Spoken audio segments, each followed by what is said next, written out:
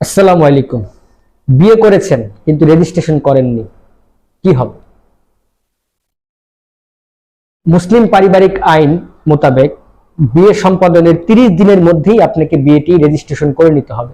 আপনি আদৌ যদি বিবাহটি রেজিস্ট্রেশন না করে থাকেন, অবশ্যই আপনি যত দ্রুত সম্ভব আপনার নিকটস্থ কাজী অফিসে গিয়ে আপনার স্ত্রী এবং আপনি এবং প্রয়োজনীয় সাক্ষী সহ আপনি বালাম বহিতে স্বাক্ষর করে আপনাকে অবশ্যই বিয়েটি রেজিস্ট্রেশন করে নিতে হবে, নয়তো আপনি পরবর্তীতে যে কোনো ধরনের আইনি জটিলতায় পড়তে পারেন।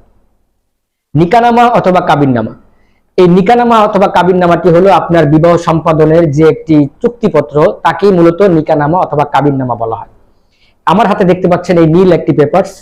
এই পেপারসের মধ্যে আপনার বিয়ের যাবতীয় সকল তথ্যগুলো লিপিবদ্ধ থাকবে এবং যেই কাজী সাহেব আপনার বিয়েটি রেজিস্ট্রেশন করবেন সেই কাজী অফিস থেকেই শুধুমাত্র আপনি এই নিকানামাটি সংগ্রহ করতে পারবেন। এজন্য যারা এখনো বিয়ে করেছেন কিন্তু বিয়ে রেজিস্ট্রেশন করেননি, এটি একটি আইনত দণ্ডনীয় অপরাধ।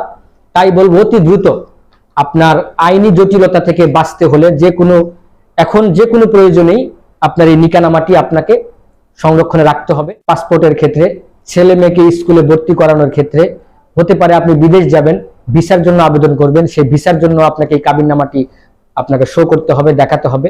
এই জন্য যারা এখনো বিয়ে রেজিস্ট্রেশন করেননি তাদেরকে বলবো অতি দ্রুত নিকটস্থ কাজী অফিসে গিয়ে আপনি বিবাহটি রেজিস্ট্রেশন করে ফেলুন।